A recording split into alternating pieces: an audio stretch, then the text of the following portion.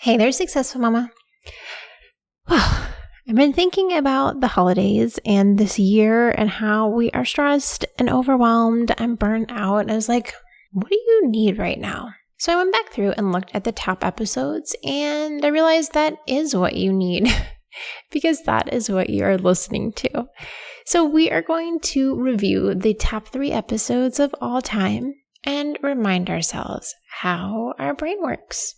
And we do what we can with the capacity that we have right now. And while I try to incorporate actual action steps in each episode, if that's too much right now, no worries. Just listen and learn and lower the bar. When we get into January, we'll get back in the swing of things. And yes, we'll jump back on that horse. But for now, let's just enjoy the little moments that are here in this holiday season and do our best not to lose our ever-loving minds. I hope that you find time to both celebrate and rest. So here we are, one of the top 3 episodes of the podcast. Enjoy and happy holidays. Are you struggling to make long-term goals happen? Have you been told you need a filter? Do you view yourself with an overcritical eye, feeling like you keep screwing up over and over again? Is it hard for you to celebrate your wins? Like they just don't bring you as much joy as you thought they would? These are all part of our executive function, specifically monitoring and self-regulation. Get ready to learn about your ADHD brain. Are you overwhelmed by motherhood and barely keeping your head above water? Are you confused and frustrated by how all the other moms make it look so easy? You can't figure out how to manage the chaos in your mind, your home, or your family. I get you, mama. Parenting with ADHD is hard. Here is your permission slip to let go of the Pinterest-worthy visions of organization and structure fit for everyone else. Let's do life like our brains do life, creatively, lovingly, and with all our might. When we embrace who we are and how our brains work, we can figure out how to live our lives successfully and, in turn, lead our families well. At the end of the day, we just want to be good moms. But, spoiler alert, you are already a great mom.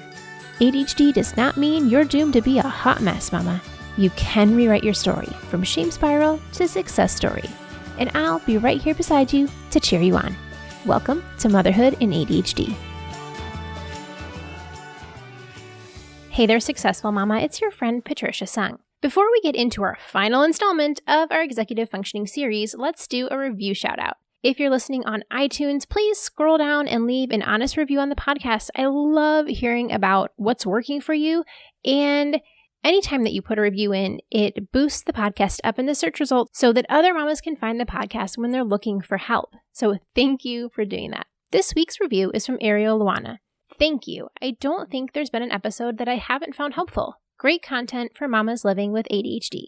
Thanks, friend.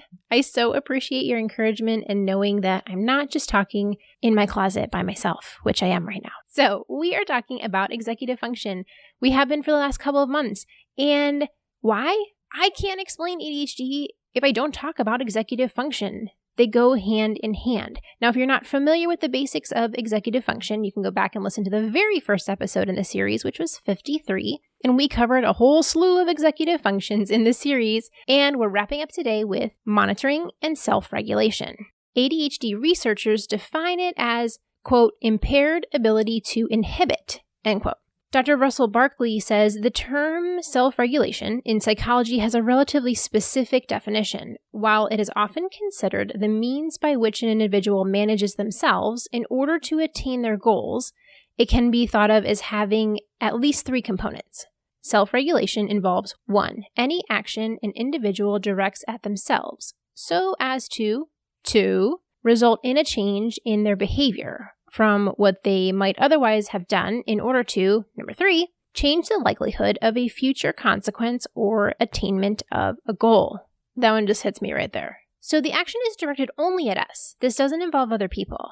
But our point in changing it is that we're trying to change our behavior so that we can change the likelihood of future problems or attaining a goal. So it's knowing that we're trying to make a change because we're trying to affect future self, but yet it's just not coming together. We don't have the ability to slow down and hold back so that we can act carefully and do the right thing at the right time. It makes it hard for us to read the room or read other people. We struggle to assess our own performance. And this is part of the driver in our impulsivity. We lack the brakes to slow down to make a better choice. This also links into our emotional regulation and has a lot to do with our self-image because we're struggling to change things now so that we can make a difference in the future. We have the same problem over and over again because we're not making changes that make a lasting impression, that make long-term results different. Dr. Barkley also argues that the impairment of the ability to inhibit is the primary problem of people that have ADHD. So out of all the executive functions that are impaired in the disorder, this one is affecting all of the other executive functions, like combined. Like it's like the big daddy of all the executive functions. And I'm going to paraphrase another one of my favorite ADHD gurus, Dr. Thomas Brown. He equates it to the concept of crossing the street. It's not about just stopping and not running into the street. It's also about knowing when is the right time to cross the street. Are you looking around and monitoring the traffic and seeing what else is coming so that not only are you just not stopping yourself from doing it, but then being able to make the right choice at the right time. It's coordinating so many things in our environment to make the right choice. How do we see this as an adult? I mean, obviously everywhere, but specifically we see it in anxiety and spiraling thoughts, being overcritical of ourselves because we beat ourselves up for not getting it the first 43 times that we know we messed up and should have made a difference. We see that in rejection sensitivity disorder, where we take things personally and we aren't able to accurately view them and say like, yeah, that was my fault, or no, that really wasn't my fault. That's the other person's problem. We get sucked into that little gerbil wheel of spinning round and round and ruminating on something that may not actually be our fault. We can see this in talking loudly when we get excited, interrupting, being impulsive, the hyperactivity, fidgeting, low inhibition, getting ourselves into trouble. We see this in taking over conversations when we should be letting the other person contribute and we just can't help jumping in, or maybe not saying anything at all when we know we need to jump in.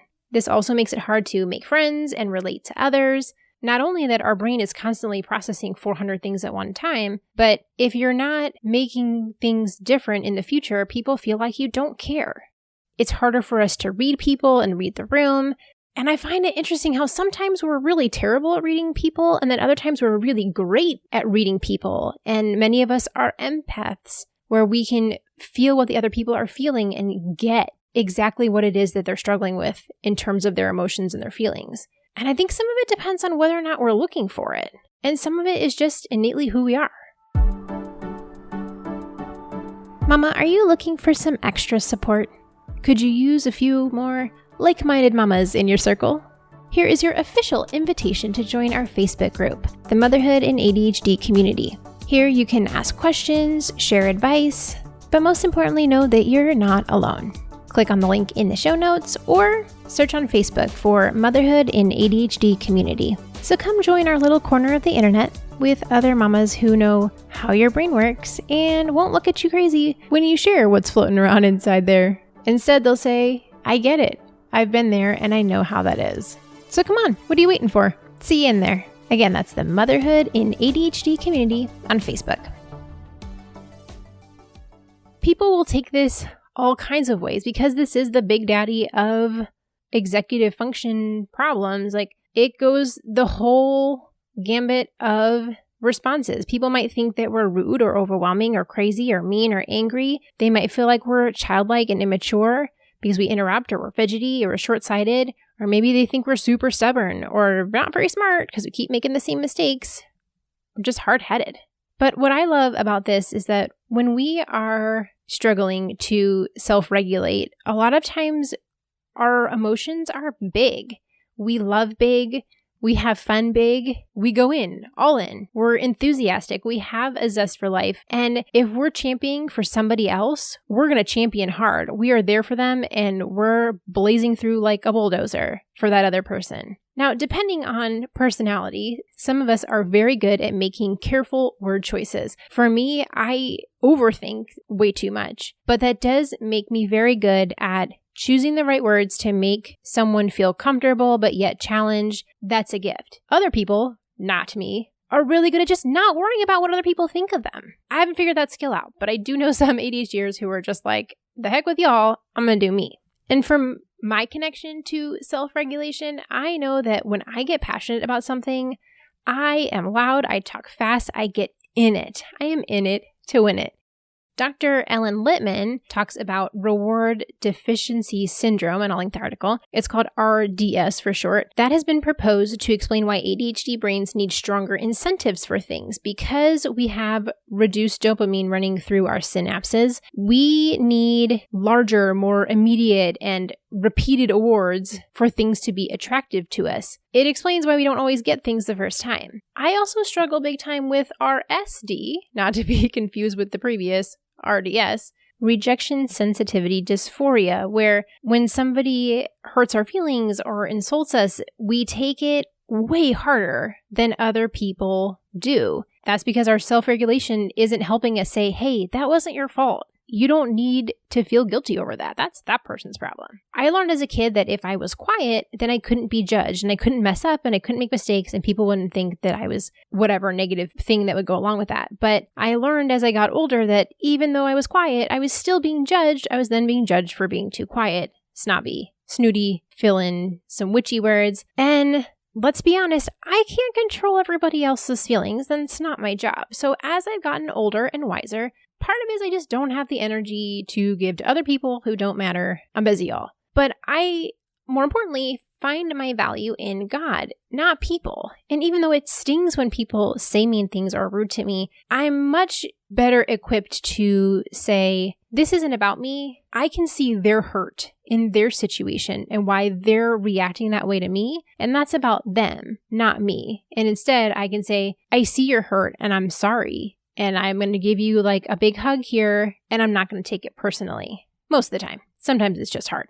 My hacks for this, always awareness, knowing where this is repetitively hard for you. When I know the things that are going to hurt my feelings or I'm going to struggle pulling it all together, I can make a plan and be prepared, and it's more likely to go better. Maybe not super smoothly, but it'll go better for me if I know what's coming and how to be ready for it. My husband is also a really great people reader, so I use him as a guide when I'm struggling to understand reading the room and reading into like what people are saying between the lines. I can look to him and say, where are we going with this if I'm feeling clueless? I have found that generally speaking, after the fact, I can see it, but it's hard for me in the moment to pick up on subtleties. And I've had to tell my husband many times of like, please don't subtly like wink at me across the room. Like, I'm not going to pick it up. You got to come over and like touch me on the shoulder, get my attention and be like, we got to go. Because I'm not going to catch your subtle, oh, look at the time remarks. That just doesn't happen.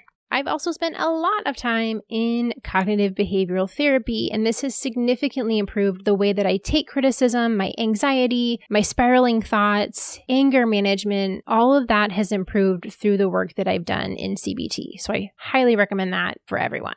But this is truly an inner work obstacle. CBT is all about sorting out what's inside of you. And if you want to learn more about what I learned in cognitive behavioral therapy, you can go back and listen to those episodes. Specifically, Letting Go of Thoughts is episode 37, and the other ones are right around that same area in where I worked through letting go of my perfectionism. There's 2 episodes on that. I really got so much out of what I did in therapy last year, and I shared it with y'all. Super vulnerable moments, but I know how much it helped me, and I want it to help you as well. So self-regulation is the beast of all executive functions. I want you to go learn about it. I'm putting the links to the articles that I talked about, the information from Dr. Brown and Dr. Barkley and Dr. Littman on the website. You can go learn more about it because this truly is the all-encompassing executive function that pulls all of them together and looks truly at the inner works of pausing, taking in the environment, and then moving forward by making a decision that takes everything else into consideration. I mean, it's almost like this executive function kind of sums up ADHD, you know? I really encourage you to learn more about it. Go to my website, click on those links. This truly affects who we are and how we make choices every moment of every day. And that's why I wanted to share about executive function with you over the last couple of months because, when we learn about our brain, man, there's so much power in that knowledge and knowing how we work and what makes us tick and what can we do differently? What can we learn? What strategies can we employ to make our lives smoother? We're not trying to change who we are, but we do want to bumper pad our weaknesses and use our strengths in the best way possible to get where we want to go. So we're finished executive function for now. I feel like this is something we're going to circle back on quite a bit because it is so all-encompassing in who we are. But for now, we're done. And I hope that you got so much out of learning about your brain, Mama. So have an amazing week, Successful Mama, and we will talk soon. For more resources, classes, and community, head over to my website, motherhoodinadhd.com.